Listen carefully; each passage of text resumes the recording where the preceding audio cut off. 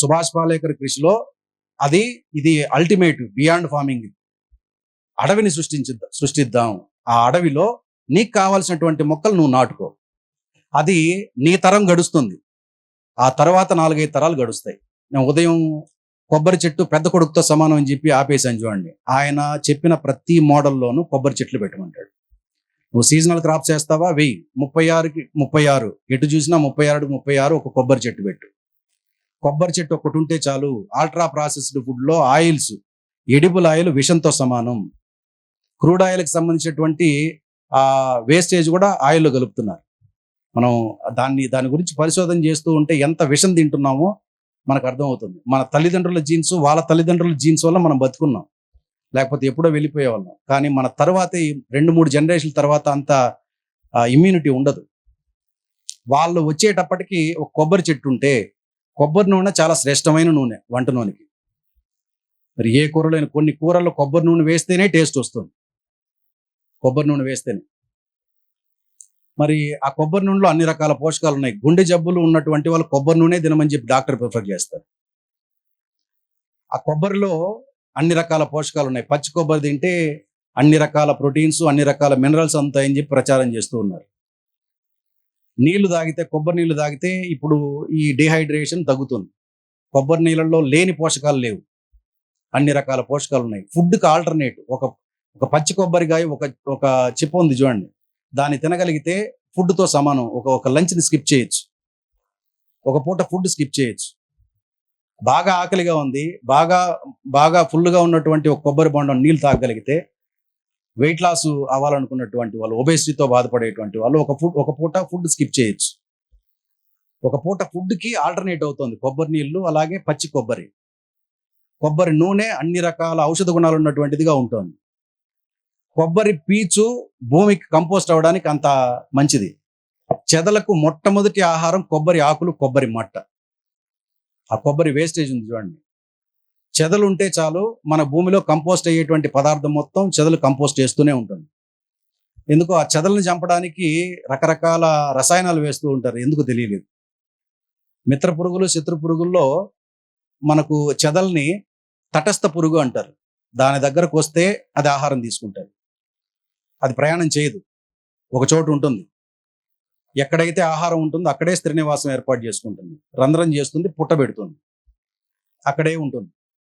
కానీ సేంద్రీయ కర్బనం పెరగడానికి చెదలు ప్రధానమైనటువంటి ఆధారం. అంత కంపోస్ట్ చేసేటువంటి విధానం చెదలకు ఉంది. మా పొలంలో నేను బొప్పాయి చెట్లకి తవ్వితే, ఒక 1 ఫీట్ తవ్వితే మట్టిలో చెదలు వెళ్తోంది. నేను చాలా హ్యాపీ ఫీల్ అయినాను. అలాగే వానపాములు పైకి వస్తాయి. వానపాములు చూస్తాం మనం, జీవామృతం వేసిన ప్రతి పొలంలోనూ వానపాములు పైనే ఉంటాయి. చెదులు కనపడలేదు, నాకు ఈ మధ్య చెదులు బాగా కనపడుతోంది. అది కంపోస్ట్ చేసేటువంటి ఒకానొక జీవి, తటస్థ జీవి. తన దగ్గరకు వస్తే ఏది మగ్గగలిగింది, ఏది ఎండిపోయిందో మొత్తం మట్టి చేసి పెట్టేస్తుంది. మరి ఎండు కర్రలు ఎక్కడన్నా వేసి పెట్టండి, చెదులు విపరీతంగా తిని మొత్తం కర్ర మొత్తాన్ని మట్టి చేసి పెడుతుంది. మనం చేయలేము.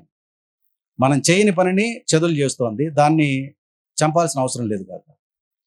కాబట్టి ఆ కొబ్బరి మట్టలు చెదలకు ఆహారం అవుతుంది. కొబ్బరి నీడ డాన్సింగ్ షేడ్లో ప్రతి పంట పండుతుంది.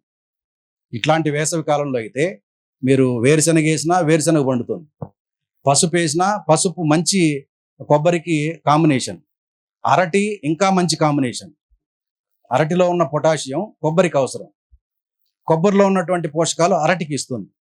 బొప్పాయి మంచి కాంబినేషన్. ఇలా మీరు ఏ పంటలు వేసినా దానికి అనుబంధంగా టాల్ వెరైటీస్ 5 లేయర్లో 5 అంచెల విధానంలో ఒక లేయరు కొబ్బరి. అది అంతగా మనకు ఉపయోగపడుతుందంటే ఇంకా పెద్ద కొడుకుతో సమానం. పెద్ద కొడుకు ఇంటి బాధ్యతను తీసుకోబోయేటువంటి ఒకానొక తండ్రి తర్వాత తండ్రి. మరి దాంతో సమానమైనటువంటి కొబ్బరి చెట్టు మన ప్రాంతంలో పెరిగినటువంటివి. 45 సంవత్సరాలు దాటినటువంటి చెట్టు నుంచే విత్తనం తీసుకోమంటాడు. 20 ఏళ్లకే హైబ్రిడ్ చెట్టు చనిపోతోంది, మళ్ళీ దాని నుంచి విత్తనం ఎలా తయారవుతుంది చెప్పండి? విత్తనం తయారయ్యేటువంటి పరిస్థితి కాదు. కాబట్టి ఇవన్నీ పాలేకర్ గారి కృషిలో, ఆయన వ్యవసాయం గురించి మాత్రమే చెప్పడు, మన లైఫ్ స్టైల్ కంప్లీట్గా చేంజ్ అయిపోతుంది. నేను అందుకే ప్రతిసారి ఆయన క్లాసులకి ఎందుకు వెళ్తానంటే, మనం ఇంకా మార్చుకోవాలి, మన లైఫ్ స్టైల్ని మార్చుకోవాలి. ఫిలిప్పీన్స్లో ఈ మధ్య ఒక నెలకు ముందు పేపర్లో ఏం వేశారంటే, బట్టలు మనకు పల్లెల్లో ఇప్పటికీ మనకు పాతవైపోతే చినకుండా ఉండేటువంటి ఊర్లో ఎవరైనా ఉంటే వాళ్ళకి ఇస్తూ ఉంటాం. ఇప్పుడు ఇప్పుడు ఎవరు తీసుకోవడం లేదు, మీరు గమనించారు లేదు. కొత్తవిగా ఉన్నా తీసుకోవడం లేదు, అది నామోషి ఫీల్ అవుతారు. ఫిలిప్పీన్స్లో ఒక ఏరియాలో ఎక్స్చేంజ్ సెంటర్ పెట్టారు. ఎవరైనా తీసుకొచ్చి అక్కడ పెట్టేయచ్చు, వాళ్ళకి కావాల్సింది తీసుకెళ్ళచ్చు. ఎందుకు అనంటే ప్రపంచంలో ఫస్ట్ స్టార్ట్ అయింది ఆ దేశంలోనే. ఎక్సెస్ ఉన్నాయి. మన ఇంట్లో కూడా మనకు 10 సంవత్సరాలకు ముందు, ఒక 7 సంవత్సరాలకు ముందు బట్టలు ఇంకా పాతవి అట్లాగే ఉంటాయి. మనకు అన్నదమ్ములు ఉంటే వేసుకుంటారు. ఇంకెవరు వాళ్ళ అన్నదమ్ములు పెళ్ళి అయితే వాళ్ళు వేసుకోరు.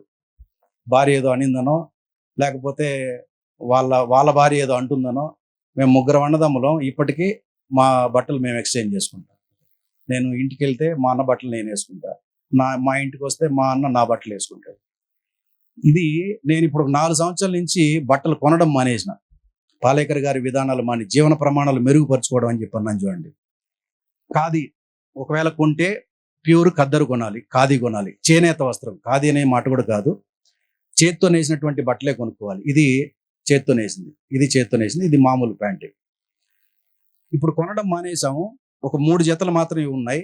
ఇది గొప్పలు చెప్పడం కోసం కాదు, కానీ మనం డబ్బు వృధా చేస్తున్నాం. రెండోది, ఇది మనం కంపోజ్ చేయలేం, దీన్ని డిస్పోజ్ చేయలేం. డిస్పోజ్ చేయలేనటువంటి పదార్థాలు కొని కొని కొని బట్టలతో స్టార్ట్ అయ్యింది. ఇప్పుడు ఎలక్ట్రానిక్ గూడ్స్ ఎలాగో దాన్ని రీసైకిల్ చేస్తున్నారు. ప్లాస్టిక్ని రీసైకిల్ చేయగలుగుతున్నారు. ఇప్పుడు రీసైకిల్ చేసేటువంటి ప్లాస్టిక్నే గవర్నమెంట్ అనుమతిస్తోంది, బట్టలకు లేదు. ఇప్పుడు పత్తి పండించే రైతులు రాబోయేటువంటి రోజుల్లో ప్రమాదకరమైనటువంటి స్థితిలో, ఆల్రెడీ వాళ్ళే అప్పుల పాలు ఇప్పుడు ఎక్కువ అయ్యిండేది. పత్తి పండించేటువంటి వాళ్ళు, పొగాకు పండించేటువంటి వాళ్ళు, మూడవది మిరప పండించేటువంటి వాళ్ళు ప్రమాదంలో ఉన్నారు. అప్పులు ఎక్కువైపోయి రాబోయేటువంటి రోజుల్లో కంపెనీలు కొనడం ఆపేస్తుంది, మ్యానుఫ్యాక్చరింగ్ తగ్గిపోతుంది. మనం కొనడమే ఆగిపోతే మీరు ఏ షాప్కైనా వెళ్ళండి, ఒకటి కొంటే ఒకటి ఫ్రీ, సంవత్సరం మొత్తం ఫ్రీ ఉంటుంది. ఎప్పుడో ఉగాదికో సంక్రాంతికో పండగలకు మాత్రం ఉండేది ఆఫరు. 12 months ఆఫర్ బోర్డు పెట్టుంటారు. ఒకటి కొంటే ఒకటి ఫ్రీ, ఒకటి కొంటే 2 ఫ్రీ అని కూడా ఉన్నాయి కొన్ని దాంట్లో. 7,000 కొంటే 3,500కే బిల్లు. 7,000 కొనండి, 3,500కే బిల్లు ఇస్తాం. నువ్వు లోపలికి వస్తే కొనాల కాన్సెప్ట్. ఎందుకంటే వాళ్ళ కంపెనీలో వాళ్ళ ప్రోడక్ట్స్ ఎక్కువ ఉన్నాయి, ఎక్సెస్ ఉన్నాయి. ఇలా అనవసరంగా మనం కొనడం కొంత తగ్గించేస్తే మన జీవన ప్రమాణాలు మెరుగుతాయి. ఇవన్నీ చెప్తాడు ఆయన. మన లైఫ్ స్టైల్ ఎలా ఉండాలి, మనం తినేటువంటి ఆహార పదార్థం ఎలా ఉండాలి, ఏది తినాలి ఏది తినకూడదు. ఆవుని అది సంపదనిచ్చేటువంటి ఒక వస్తువుగా చూడకండి. మీరు ఆవు ప్రకృతి వ్యవసాయం చేయడం కోసం అయితే ఒట్టిపోయిన ఆవులు తీసుకోండి, పాలావుని తీసుకోవద్దు. ఒట్టిపోయిన ఆవుని నువ్వు కానీ సేవ చేస్తే భగవంతునికి సేవ చేసిన దాంతో సమానమే అంటాడు. ఆవు పాలు తాగొద్దు అని అంటాడు, ఆవు పాల దూడకు మాత్రమే అంటాడు. ఆవు పాలు తాగేటువంటి వాళ్ళు మాంసం తిన్నదాంతో సమానమే, మాంసాహారులే వాళ్ళు, శాకాహారులు కాదు అని అంటాడు. ఇన్ని ఎవరు చెప్తారు? ఎవరు చెప్పరు. కాబట్టి వాటిని వింటే కనీసం మన కొంత లైఫ్ స్టైల్ మారుతుంది. ఇందాక చెప్పానే, ఒక కప్పు టీ తాగే సమయంలో నీ జీవితాన్ని మారేటువంటి ఆలోచనలు రావచ్చు. ఆయన వ్యాపార ప్రకటన అది. మనం ఒక గంట సేపు పాలేకర్ గారి క్లాసు వింటే మన జీవన గమనాన్ని మారేటువంటి అవకాశం రావచ్చు. అవకాశం తీసుకుందాం. ఎప్పుడు భగవంతుడు రెండు అవకాశాలు ఎవరికి ఇవ్వడు, చాలా తక్కువ మందికే ఇస్తాడు. ఎప్పుడు మనం పోతామో తెలియదు, కానీ నానాఘోరంగా పోకూడదు. మనం చేసినటువంటి తప్పిదాల వల్ల పోకూడదు. మనం తినేటువంటి తప్పుడు ఆహారం వల్ల మన ప్రాణం పోకూడదు. మంచి ఆహారం తిందాం, ఎప్పుడు పోదామో సంతోషంగా పోదాం. నేను మా ఇంట్లో కూడా అదే చెప్తాను. పిల్లల్ని మన బాధ్యత అది. 15 సంవత్సరాలు 18 సంవత్సరాల వరకు మంచి ఆహారం ఇద్దాం, మనం తిందాం. ఆ తర్వాత ఇద్దరమే ఉండేది. మిథునం సినిమా చూసారు ఎవరైనా? మిథునం సినిమా, ఎస్పి బాలసుబ్రహ్మణ్యం చూశారు సార్? ఎస్పి బాలసుబ్రహ్మణ్యం, లక్ష్మి ఇద్దరే క్యారెక్టర్లు. తనికెళ్ళ భరణి గారు చాలా అద్భుతమైన రచయిత, ఆయన తీశాడు. మిథునం సినిమాలో లాగా జీవిద్దాం. ఈరోజు ఏం పచ్చడి వండావు? కారం జాగ్రత్త, బాగా మంచి కారం ఉండాలి. అంటే వయసు అయినటువంటి వాళ్ళకి నాలుకలో రుచి తీసుకునేటువంటిది ఉండదు, కారం ఉప్పు పులుపు. అప్పుడు తిందాం, ఏమవుతుంది? ఏదో ఒక రోజు పోదాం.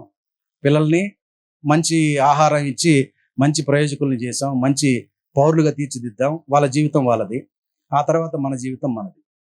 పూర్వకాలంలో అంతా ఇలాగే ఉండేటువంటి వాళ్ళు. ఇంట్లో ఒక మామిడి చెట్టు, ఒక కొబ్బరి చెట్టు, పూజ చేయడానికి ఒక వేప చెట్టు, మనం ఈ వంట పాత్రలు కడిగేటువంటి చోట ఒక అరటి చెట్టు, ఇంకాస్త ప్లేస్ ఉంటే ఒక పనస చెట్టు, ఒక జామ చెట్టు, ఒక సపోటా చెట్టు, అక్కడే ఒక 2 మిరప చెట్లు, ఒకే ఒక వంకాయ చెట్టు. ఒక వంకాయ చెట్టు మీరు పెరట్లో నాటి చూడండి, కనీసం 4-5 ఫ్యామిలీలకు మనం ఫ్రీగా పంచుతాం. ప్రౌడ్‌గా ఫీల్ అవుతాం. మన లోకల్ వంకాయ, మీరు ఏ వంకాయ అయినా చెట్టు, ఒక చెట్టే వేయండి, విరగ్గాస్తుంది. అవును, విరగ్గాస్తుంది. అంతే మేడం. ఒక మిరప చెట్టే చాలు. అప్పటికప్పుడు తుంచుతాం, పచ్చళ్ళలో వేస్తాం, తింటాం. ఈ లైఫ్ లీడ్ చేద్దామని అంటాను నేను మా ఇంట్లో వాళ్ళకి. చాలు. మనం చూడనిది ఇంకేదో ప్రపంచంలో ఏది ఉందని చెప్పానంటే ఏదీ లేదు. మన భ్రమ అది. ఎక్కడికైనా బయట దేశాలకు వెళ్ళాలన్నా, లేకపోతే విమానాల్లో ప్రయాణం చేయాలన్నా, ఇవన్నీ తాత్కాలికమైనటువంటి సుఖాన్ని ఇచ్చేటువంటిదే. ప్రకృతికి దగ్గరగా మనం నిజమైన జీవితాన్ని గడుపుదాం అని చెప్పి వ్యవసాయంలోకి ఉద్యోగాలు మానేసి ఇటువైపు వచ్చేసాం. సంతోషంగా జీవిస్తున్నాం చాలా అక్కడికి. ఈ సంతోషం మిగిలిన వ్యవసాయ విధానాలు పాటించేటువంటి వాళ్ళలో లేదు. నా బాధంతా అదే. ఎందుకు ప్రకటనలు చూసి మనం మోసపోవడం? మరిన్ని అప్డేట్స్ కోసం బ్యాక్ టు రూట్స్ యూట్యూబ్ ఛానల్ని సబ్స్క్రైబ్ చేసుకోండి.